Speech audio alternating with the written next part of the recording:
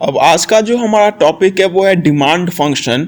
अब demand function का definition क्या कहता है कि अ demand function is a mathematical function which shows the relationship between the demand for a product and its various determinants. It is an algebraic equation which gives functional relationship between demand for a commodity and various factors of demand. तो अब हमने जितने भी factors ऊपर में पढ़े हुए हैं जो कि डिमांड को अफेक्ट करते हैं, चाहे वो इनकम ऑफ द कंज्यूमर हो, प्राइस ऑफ द प्रोडक्ट हो, फ्यूचर प्राइसेस के बारे में सोचना हो, क्लाइमेटिक फैक्टर्स हो, पॉपुलेशन साइज हो, गवर्नमेंट पॉलिसीज हो, ये सब हमने क्या सीखा है कि ये सब मिलके एक चीज के डिमांड को अफेक्ट करते हैं।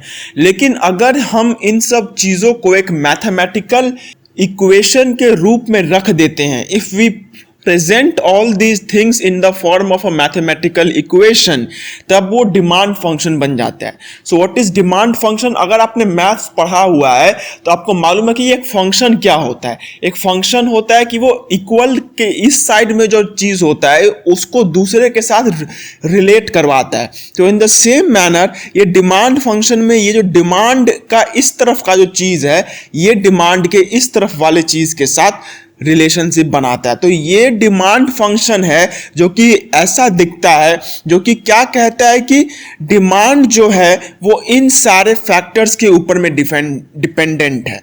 डिमांड जो है वो सबसे पहले Pn के ऊपर डिपेंडेंट है, फिर P1 से लेके Pn-1 तक डिपेंडेंट है, फिर Y से डिपेंडेंट है, फिर T से डिपेंडेंट है, फिर E से डिपेंडेंट है, फिर H से डिपेंडेंट है, फिर Y डैश से डिपेंडेंट है एंड फिर G से डिपेंडेंट है। मतलब हम जब डिमांड एंड उसके डिटर्मिनेंट्स को एक इक्वेशन के फॉर्म में रिप्रेजेंट करते हैं तो वो डिमांड फंक्शन कहलाता है। अब यहाँ पे इसको हम थोड़ा डिटेल में जानते हैं।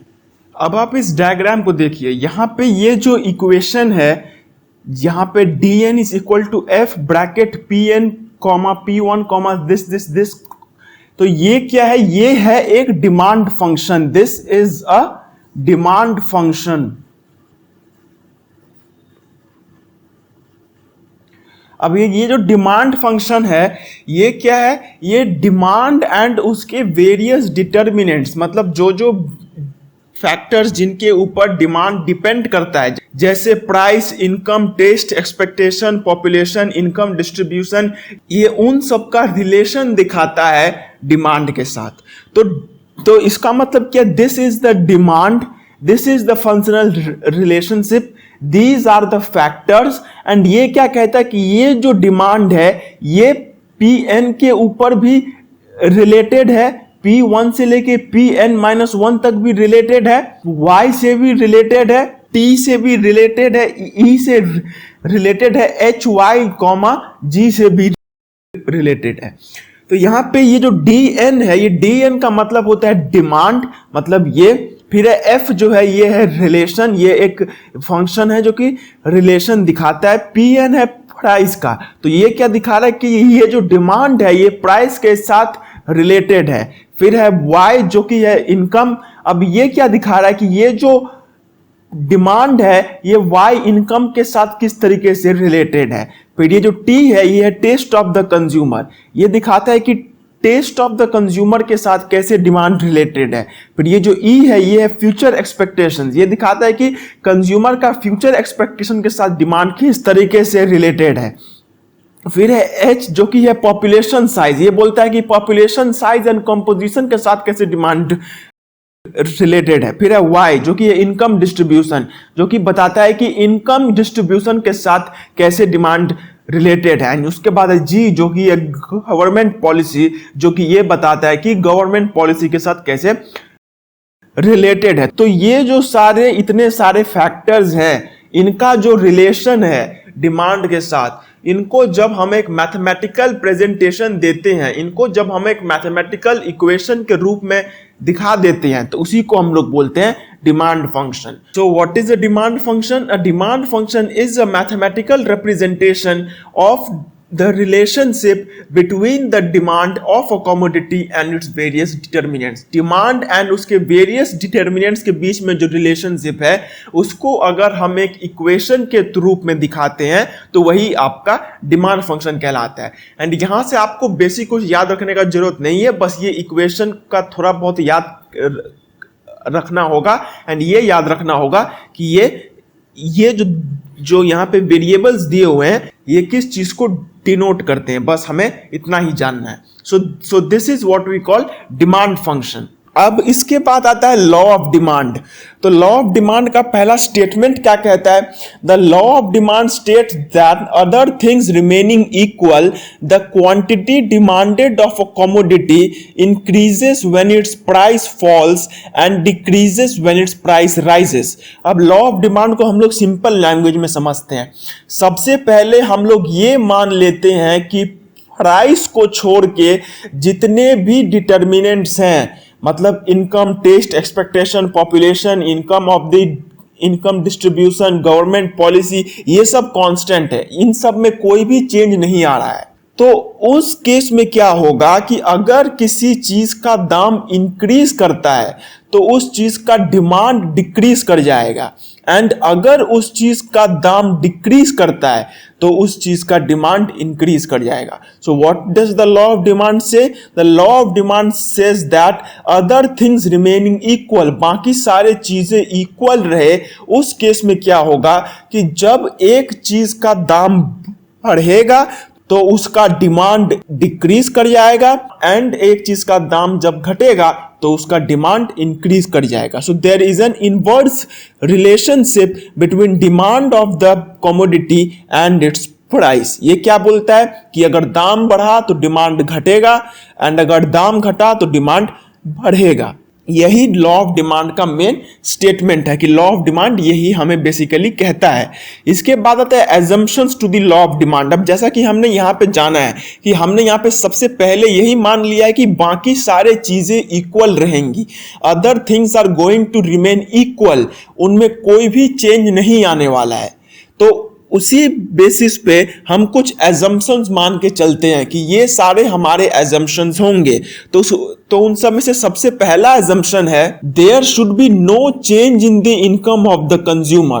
कंज्यूमर का इनकम में कोई भी चेंज नहीं होना चाहिए. अब अगर हम लोग मान के चलते हैं कि एक आदमी एक महीने में 20,000 रुपया कमा रहा था एंड वो दूसरे महीने में 25,000 रुपया कमाने लग गया, एंड एक चीज का दाम जो कि 10 रुपया था वो 15 रुपया में हो गया है, तो भले ही उस चीज का दाम इंक्रीज कर गया है, वो 10 से 15 हो गया है, लेकिन क्योंकि उसका इनकम भी इंक्रीज कर गया है तो इनकम इंक्रीज कर जाने की वजह से उसका डिमांड के ऊपर में कोई इफेक्ट नहीं पड़ेगा. वो पहले भी जितना खरीद सकता था वो अभी भी उतना खरीद सकता है. लेकिन क्योंकि हमें एक इनवर्स रिलेशनशिप दिखाना है कि प्राइस इंक्रीज करने पे डिमांड डिक्रीज करेगा एंड प्राइस डिक्रीज करने पे डिमांड इंक्रीज करेगा, इसलिए हम यहाँ पे इनकम ऑफ द कंज्यूमर को भी कांस्टेंट मान लेते हैं. क्योंकि अगर इनकम ऑफ द कंज्यूमर को कांस्टेंट नहीं माना गया तो भले ही दाम ऊपर नीचे क्यों ना हो, डिमांड उतना ही रहेगा. फिर इसके बाद आता है there should be no change in the taste and preferences of the consumer. Consumer के टेस्ट एंड प्रेफरेंसेस में कोई भी चेंज नहीं होना चाहिए. एंड ये हम जानते हैं कि अगर कंज्यूमर का टेस्ट ही चेंज हो गया तो वो एक गुड से दूसरे गुड में स्विच कर जाएगा. तो इसीलिए टेस्ट एंड प्रेफरेंसेस को भी कांस्टेंट हम मान के चलते हैं. फिर है prices of the related commodities should remain unchanged. अब ये जो बाकी के प्राइसेस जो कि उसके जैसे ही कमोडिटीज के हैं, जैसे कोका कोला का जो कंपटीटर है पेप्सी, अगर कोका कोला का दाम इंक्रीज कर जाता है एंड पेप्सी का दाम डिक्रीज कर जाता है तो नेचुरल सी बात है कि कोका कोला का डिमांड में डिक्रीमेंट आएगा. लेकिन हमें यहाँ पे इनवर्स रिलेशनशिप दिखाना, मतलब यहाँ पे सिंपली इनवर्स रिलेशनशिप से हमारा क्या मतलब है कि हमें सिर्फ प्राइस के साथ ही उसका रिलेशन को हर केस में दिखाना होगा. तो क्योंकि हमें सिर्फ प्राइस के साथ ही उसका रिलेशन हर एक चीज में दिखाना होगा, इसलिए हम बाकी सारे चीजों को कांस्टेंट मान के चलेंगे। हम price of the related commodities इसको भी कांस्टेंट मान के चलेंगे। फिर है the commodity should be a normal commodity, वो एक नॉर्मल कमोडिटी होना चाहिए। एक नॉर्मल कमोडिटी होगा तो ही लॉ ऑफ डिमांड उस पर अप्लाई करेगा। अगर वो एक बहुत एक्सपेंसिव चीज हुआ, जैसे अगर कोई लैम्बोर्गिनी कार है, तो भले ही लैम्बोर्गिनी कार का दाम इंक्रीज क्यों ना हो, उसका डिमांड फिर भी इंक्रीज ही करेगा, उसका डिमांड डिक्रीज नहीं करेगा, क्योंकि हम जानते हैं कि कंज्यूमर का एक्सपेक्टेशन भी बहुत कुछ अफेक्ट करता है। कंज्यूमर ये सोचता है कि अगर वो महंगी चीजें अपने पास रखेगा तो उसका प्रेस्टीज मार्केट में इंक्रीज करेगा। सो फॉर दैट रीजन वो डिमांड में कुछ भी इंक्रीमेंट या डिक्रीमेंट नहीं करता है। Size of population should not change, population का साइज चेंज नहीं होना चाहिए, क्योंकि अगर पॉपुलेशन का साइज चेंज हो गया तो वो डिमांड को अफेक्ट कर सकता है। The distribution of income should not change, distribution of income change नहीं होना चाहिए। ऐसा नहीं होना चाहिए कि किसी के पास बहुत ज्यादा पैसा है तो किसी के पास बहुत कम पैसा है, सब कुछ नॉर्मल होना चाहिए। यहां पे हमें बेसिकली ये मान के चलना है कि सब कुछ नॉर्मल होना चाहिए, तभी काम होगा। फिर there is no exception of change in prices in future, future में प्राइसेस का चेंज का कोई इफेक्ट नहीं होना चाहिए, क्योंकि अगर फ्यूचर एक्सपेक्टेशंस चेंज होते हैं तो इससे जो कंज्यूमर है वो प्रेजेंट के चीजों को कम खरीदेगा फ्यूचर के चीजों को ज्यादा खरीदने के लिए। सो यहां पे हमने क्या सीखा कि डिमांड जो है वो बहुत सारे फैक्टर्स के ऊपर में डिपेंड करता है एंड उसे हम एक इक्वेशन के फॉर्म में दिखा सकते हैं। फिर हमने लॉ ऑफ डिमांड सीखा जो कि क्या बोलता है कि डिमांड एंड प्राइस के बीच में एक इनवर्स रिलेशनशिप है, जैसे ही प्राइस इंक्रीज करेगा डिमांड डिक्रीज करेगा, जैसे ही प्राइस डिक्रीज करेगा डिमांड इंक्रीज करेगा। एंड थर्ड चीज हमने क्या सीखा कि क्या क्या एजम्पशंस होने चाहिए। यहां पे हमें बेसिकली यही मान के चलना है कि क्योंकि हम सिर्फ प्राइस एंड डिमांड के बीच का रिलेशन दिखा रहे हैं, इसलिए हमें सिर्फ प्राइस एंड डिमांड के ऊपर में फोकस करना है, बाकी सारे चीजों को हम कांस्टेंट मान के चलेंगे यहां पे। सो गाइज हमारी ये आज की वीडियो यहीं पे ख़त्म होती है एंड इस वीडियो को ख़त्म करने के साथ साथ मैं आपको बस एक ही एडवाइस देना चाहता हूँ कि आप प्लीज़ इस वीडियो पे पूरे डिपेंडेंट ना हो जाएं। मैं आपसे रिक्वेस्ट करूँगा कि आप जिस भी बुक को फॉलो करते हैं आप एक बार उस बुक को जाके पढ़िए, एकदम से इस वीडियो पे डिपेंडेंट मत हो जाइए। एंड अगर ये वीडियो को आप एग्जाम के समय में देख रहे हैं then I request you not to take this video as the only source जिससे कि आप एग्जाम में अच्छे मार्क्स स्कोर कर पाए। आप प्लीज जाके अपने कोई भी टेक्स्ट बुक हो उसे अच्छे से पढ़िए। तो गाइस आशा करता हूं कि ये वीडियो आपके लिए हेल्पफुल रही होगी और अगर ये वीडियो आपके लिए थोड़ी सी भी हेल्पफुल रही होगी तो प्लीज इस वीडियो को एक बार लाइक जरूर कर दीजिए। और अगर आप ऐसे वीडियोस और भी फ्यूचर में देखना चाहते हैं तो चैनल को सब्सक्राइब करके बेल आइकन को जरूर प्रेस कर लीजिए। और अगर आपके कुछ भी डाउट्स, क्वेरीज या फिर क्वेश्चंस हैं उनको कमेंट सेक्शन में कमेंट जरूर कीजिए। एंड अगर आपके कुछ ऐसे दोस्त हैं जो कि इससे कुछ हेल्प पा सकते हैं तो इन ये वीडियो आप उनको भी प्लीज जरूर शेयर कर दीजिएगा। तब तक के लिए do take very good care of yourselves and bye bye and जय हिंद।